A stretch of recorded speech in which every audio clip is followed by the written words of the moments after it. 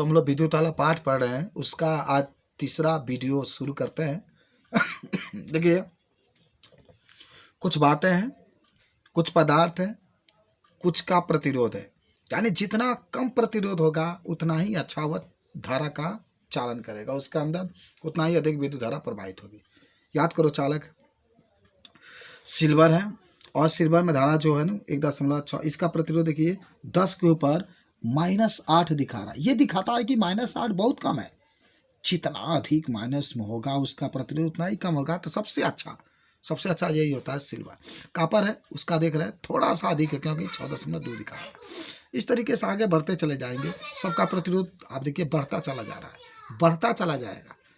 इसलिए लेकिन -8 में तो धातु का तो सबसे कम ही प्रतिरोध होता है, सिल्वर का सबसे। जिसका प्रतिरोध जितना कम होगा उसकी चालकता उतनी अधिक होगी। मिश्र धातु, आइए याद करो मिश्र धातु, जब दो या दो से अधिक धातुओं को गला कर मिलाते हैं मिश्र धातु। याद है कांस्टेशन, ये जो होता है इसका मान। कापर और निकिल, कापर मैग्नीज निकिल है, ये सब आपके हैं ना, जिसका मान दिया है। विद्युत रोधी, जिसके अंदर धारा प्रवाहित नहीं कर सकते। याद करो, ये कांच है, कांच का मान इतना होता है। ये कठोर, ये जितने भी आपके चीज़ है ना, सबसे खतरनाक जो होता है कागज होता है। ये सब आपकी देखिए, इसमें लिखा है आपको इन मानों को याद करने की कोई आवश्यकता नहीं। इन मानों का उपयोग आप आंकिक प्रश्नों का हल करने के लिए कर सकते हैं, लेकिन आपको जो प्रश्न आएगा उसमें मान सब दिए गए होंगे, तो ये चीज़ भी आपको याद हो गया होगा। तो आप इसको थोड़ा बहुत याद कर लेंगे तो कंपटीशन में आता है सब ये, ठीक है। और इस चीज़ को हम लोग बता दे सकते हैं। चलिए, अब हम लोग आप पढ़ने वाले हैं प्रतिरोधों का संयोजन, कैसे आप जोड़ेंगे। जो प्रतिरोध होता है उसका संयोजन हम लोग कैसे करेंगे। देखिए, लिखा गया है कि प्रतिरोध का संयोजन या जोड़ना 2 प्रक्रमों में होता है। यानी प्रतिरोध, तमाम प्रकार के तारों का जो प्रतिरोध होता है आप इसको 2 क्रम में जोड़ सकते हैं। जिससे पहला होता है श्रेणी क्रम में संयोजित प्रतिरोध। यानी प्रतिरोध को जब श्रेणी क्रम में जोड़ते हैं, प्रश्न आता है कि जब प्रतिरोध को श्रेणी क्रम में जोड़ते हैं तो इसकी तुल्य प्रतिरोध ज्ञात करना होता है। कुछ बातें है ना कि जब प्रतिरोध को श्रेणी क्रम में जोड़ते हैं तो विभवांतर सभी प्रतिरोधों के लिए अलग अलग होता है तथा धारा एक समान होता है। 3 बात आप इसमें आएगा, R बराबर V बटा I। तो V तो सबके लिए अलग अलग होगा, लेकिन धारा जो होगा एक समान होगा। आपको मैं बता दूं कैसे आप इसको जोड़ेंगे। ये देखिए, चित्र बनाकर समझाना पड़ता है। यह बैटरी है, यह कुंजी के है, ये एमीटर है जो धारा के मान को नापता है, ये वोल्ट मीटर सब आपके हैं। इसके प्रतिरोध का R1, इसको R2, इसको R3, 3 प्रतिरोध होते हैं आपके। तो अब यहाँ पर लिख सकते हैं ओम के नियम से R बराबर V बटा I, और यहाँ पर जब तीसरा तीसरी गुना करेंगे तो V बराबर I R, ये बात नियत रहेगा। कुल विभवांतर V बराबर V1 plus V2 plus V3, V बराबर RI आया है। और आप जानते हैं कि प्रतिरोध अलग अलग है, धारा एक समान है। तो V1 की जगह पर IR1 plus IR2 plus IR3, ये IR सही रखेंगे। इसके जगह पर I कामा ले लेंगे तो R1 plus R2 plus R3, I से I कैंसिल, तो R बराबर R1 plus R2 plus R3। यानी जब प्रतिरोध को श्रेणी क्रम में जोड़ते हैं, तुल्य प्रतिरोध का सूत्र पूछेगा तो R बराबर R1 plus R2 plus R3, ये सूत्र आपको आता है, पूछा जाता है। आप बच्चे सिद्ध कर लेते हैं, आप ही सिद्ध कर। नेक्स्ट जो होगा, अब जो हम लोग पढ़ेंगे पार्श्व क्रम समांतर क्रम में संयोजित प्रतिरोध। यानी आप प्रतिरोध को हम लोग समांतर क्रम में जोड़ते हैं। तो देखिए, कुछ बातें लिखी गई है कि जब प्रतिरोध को पार्श्व क्रम में जोड़ते हैं तो विभवांतर एक समान होता है, लेकिन धारा सभी प्रतिरोधों में अलग अलग होता है, ये बात होती है। देखिए कैसे जोड़ा गया, ऊपर एक ये प्रतिरोध है, एक ये प्रतिरोध है, एक ये प्रतिरोध है, और इसी को कहा जाता है बैटरी है, कुंजी है, ये आपकी धारा नियंत्रक है, सब जोड़ा गया है समांतर क्रम में। आप ओम के नियम से चलेंगे तो R बराबर V बटा I होता है, लेकिन इसमें धारा तो अलग है ना, तो I बराबर V बटा R लिखेंगे। I ऊपर हो जाएगा, R बटा में आ जाएगा। अब कुल धारा I बराबर I1 plus I2 plus R3। याद करो, I बराबर I1 plus I2 plus I3, कुल धारा I की जगह पर V बटा R, इसके जगह पर V बटा R1 प्लस V बटा R2 प्लस V बटा R3, V बटा R, और यहाँ सब में V है तो V का मान 1 बटा R1 प्लस 1 बटा R2 प्लस 1 बटा R3। अब V से V कैंसिल कर दीजिए, 1 बटा R बराबर 1 बटा R1 प्लस 1 बटा R2 प्लस 1 बटा R3। इस तरीके से पार्श्व क्रम में समांतर क्रम में जोड़ते हैं तो ये तुल्य प्रतिरोध का सूत्र आता है। कोई भी पूछता है कि समांतर क्रम में जोड़ते हैं तो तुल्य प्रतिरोध का सूत्र क्या होता है, तो 1 बटा R बराबर 1 बटा R1 प्लस 1 बटा R2 प्लस 1 बटा R3 ये होता है, और आपको बता देना चाहिए। चलिए नेक्स्ट जो क्वेश्चन होता है उसके हम लोग जिक्र करते हैं। तो अब एक चीज़ और आता है ना, देखिए कुछ बातें इसमें लिखी गई है। महत्वपूर्ण बातों में एक होता है कि जब विद्युत बल्ब को श्रेणी क्रम में जोड़ते हैं तो विद्युत बल्ब धीमा जलता है, क्योंकि प्रतिरोध का मान बढ़ जाता है। याद करो, प्रतिरोध का मान श्रेणी क्रम में अधिक होता है, इसलिए विद्युत बल्ब बहुत ही धीमा जलता है। और सेकेंड कह सकते हैं कि जब विद्युत बल्ब समांतर क्रम में जोड़ते हैं तो विद्युत बल्ब तेज जलता है, संयोज क्योंकि प्रतिरोध को समांतर क्रम में जोड़ने पर प्रतिरोध का मान कम हो जाता है। घरों में जो आपका जितने भी आप विद्युत बल्ब देखे होते हैं सब समांतर क्रम में जोड़े होते हैं, इसीलिए आपके घरों का लाइट जो होता है तेज जलता रहता है। चलिए एक और आपका नीचे आता है विद्युत धारा का तापीय प्रभाव। याद करो, आप इसमें कह सकते हैं कि जब किसी तार में विद्युत धारा प्रवाहित किया जाता है तो तार गर्म होकर चमकने लगता है, तो उससे विद्युत धारा का तापीय प्रभाव या विद्युत धारा का उसीमें प्रभाव कहते हैं। याद करो, यानी जब किसी तार में हम लोग विद्युत धारा प्रवाहित करते हैं, तार गर्म होकर चमकने लगता है या तार का ताप बढ़ जाता है, जिसी को हम लोग विद्युत धारा का तापीय प्रभाव कहते हैं। उदाहरण में आप चाहें तो विद्युत बल्ब लिख सकते हैं, विद्युत इस्त्री लिख सकते हैं, विद्युत हीटर इत्यादि लिख सकते हैं। विद्युत बल्ब, विद्युत इस्त्री, विद्युत हीटर इत्यादि आप इसको लिख सकते हैं विद्युत धारा के तापीय प्रभाव में। उसके बाद से एक चीज़ और आता है जिसका नाम होता है विद्युत ऊर्जा। याद करो, ये भी बहुत ही सिंपल है, बहुत ही बच्चे इसको याद भी कर लेते हैं। जब किसी तार में विद्युत धारा प्रवाहित करने पर जो ऊर्जा व्यय होता है उससे विद्युत ऊर्जा कहते हैं। इसे W से प्रदर्शित करते हैं, इसका मात्रक जूल होता है और यह एक अदिश राशि होता है। याद करो, यानी जब किसी तार में विद्युत धारा प्रवाहित करने पर, तार है, तार में विद्युत धारा प्रवाहित करेंगे और जो ऊर्जा आपको मिलेगा उसी को हम लोग कहते हैं विद्युत ऊर्जा। याद करो, देखो विद्युत ऊर्जा को 4 पदों में सूत्र होता है, एक W/V/Q। एक अगर प्रश्न आपसे पूछा जाता है कि विद्युत ऊर्जा का सूत्र विभवांतर और आवेश के पदों में, तो यही लिखा जाता है W/V/Q, विभवांतर और आवेश के पदों में। और एक होता है विद्युत ऊर्जा का सूत्र विभवांतर VIT है। देखिए VIT विभवांतर धारा समय, ये जो सूत्र है विभवांतर धारा के पदों में है। और एक होता है W/I² धारा और प्रतिरोध के पदों में है। और एक होता है W/V²T/R विभवांतर और प्रतिरोध के पदों में है। और एक इस तरीके से 4 सूत्र आप जरूर याद रखेंगे। वैद्युत ऊर्जा का सूत्र विभवांतर और आवेश के पदों में, और वैद्युत ऊर्जा का सूत्र विभवांतर और धारा के पदों में, और विद्युत ऊर्जा का सूत्र धारा और प्रतिरोध के पदों में, और विद्युत ऊर्जा का सूत्र विभवांतर और प्रतिरोध के पदों में होता है। आप मुझे बताइए उसके बाद से 1 जूल का परिभाषा यहाँ से बता सकते हैं। देखिए लिखा भी गया है कि यदि किसी तार में 1 कूलाम का आवेश प्रवाहित करने पर 1 वोल्ट का विभवांतर उत्पन्न होता है तो विद्युत ऊर्जा 1 जूल होगा। याद करो, यहाँ से याद करके बता सकते हैं W/V/Q। यदि किसी तार में 1 कूलाम का आवेश प्रवाहित करने पर 1 वोल्ट का विभवांतर उत्पन्न होता है तो वहाँ विद्युत ऊर्जा 1 जूल होगा। और उसके बाद से आप यहाँ पर 1 जूल का परिभाषा ही बता सकते हैं कि यदि किसी तार में 1 कूलाम का आवेश प्रवाहित करने पर 1 वोल्ट का विभवांतर उत्पन्न होता है तो यहाँ आप जरा देखिए 1 जूल बराबर 1 वोल्ट गुणे 1 कूलाम लिख सकते हैं। बहुत सिंपल था ये भी। आगे बढ़ते हैं नेक्स्ट।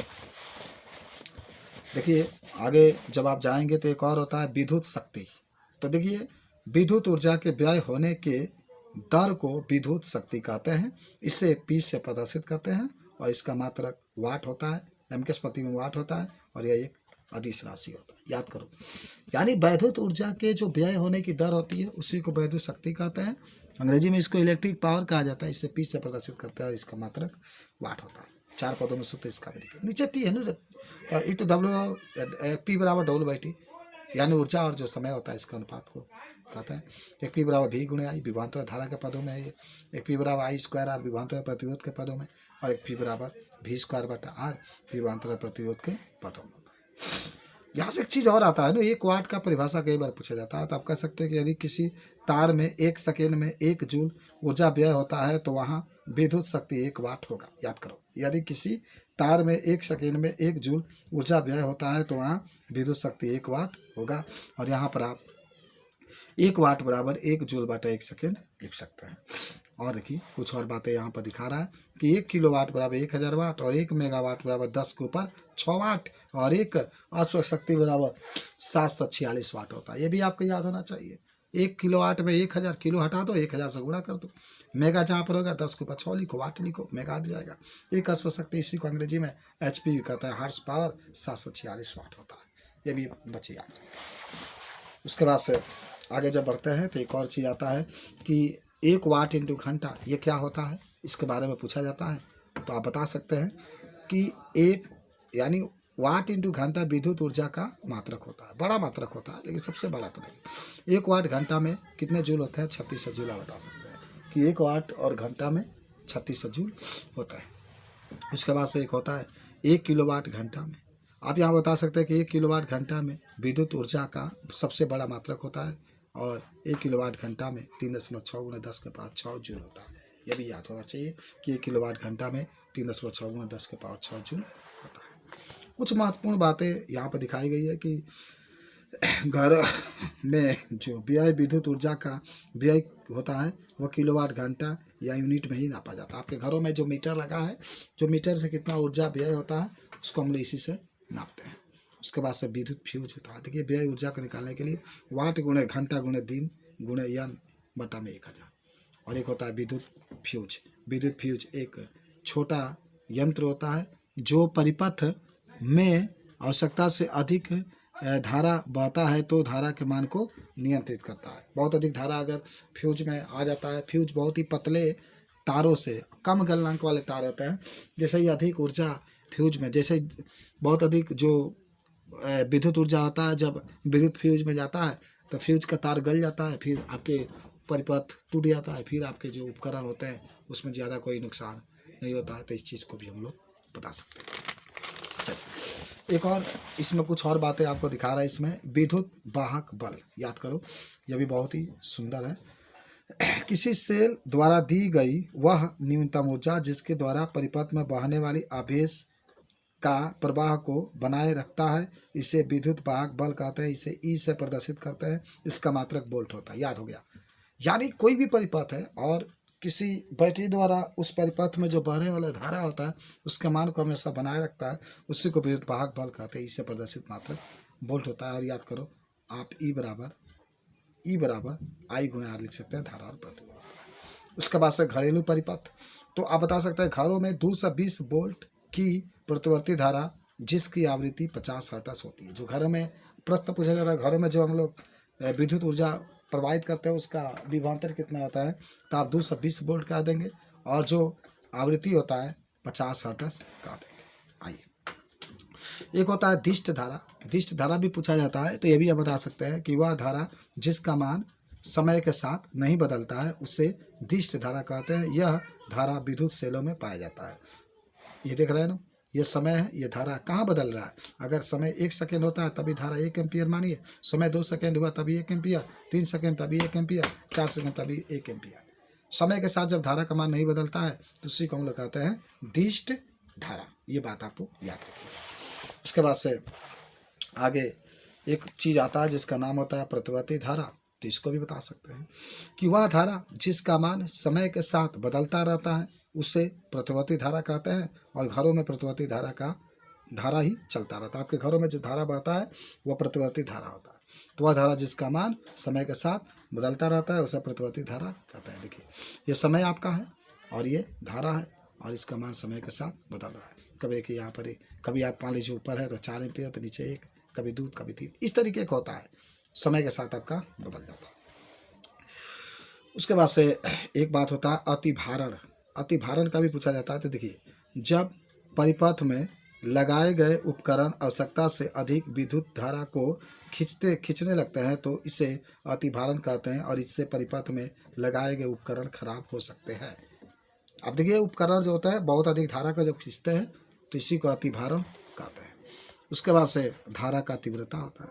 तो बता सकते हैं कि विद्युत आवेश के प्रवाह की समय दर को विद्युत धारा की तीव्रता कहते हैं। और इससे हम लोग केवल विद्युत धारा भी कर सकते हैं।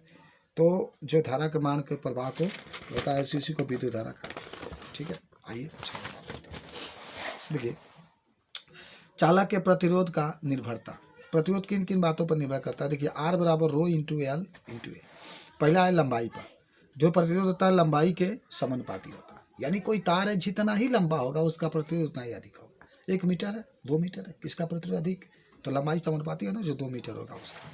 दूसरा कह सकते हैं कि अनुप्रस्थ काट का क्षेत्रफल के विद्युत कर्मानुपाती होता है। प्रतिरोध, कोई मोटा तार है, कोई पतला तार है, किसका, देखिए जो मोटा होगा उसका क्षेत्रफल अधिक तो उसका प्रतिरोध कम होगा, तो जो मोटा तार होता है उसका प्रतिरोध कम, यानी मोटा तार में अधिक धारा पाएगा। उसके बाद से विशिष्ट प्रतिरोध के समानुपाती भी होता है। जितना अधिक विशिष्ट प्रतिरोध भी उतना ही अधिक होता है। ये चीज़ को भी आप बता सकते हैं। और चलिए इस पाठ का आज का अंतिम हेडिंग भी देख लेते हैं, विद्युत क्षेत्र का तीव्रता। आप आराम से बताएंगे कि बल और परीक्षण आवेश, याद करो, बल और परीक्षण आवेश के अनुपात को विद्युत क्षेत्र का तीव्रता कहते हैं, और इसे ई से प्रदर्शित करते हैं, और इसका मात्रक न्यूटन प्रति कूलम होता है। याद करो, ये ई है और ये बटा क्यू नॉट है। तो बल और जो परीक्षण आवेश है, बल और परीक्षण आवेश के अनुपात को हम लोग विद्युत क्षेत्र का तीव्रता कहते हैं। इसे ई से प्रदर्शित करते हैं, इसका मात्रक न्यूटन प्रति कूलम होता है। और इस तरीके से इस पाठ का सारांश समाप्त।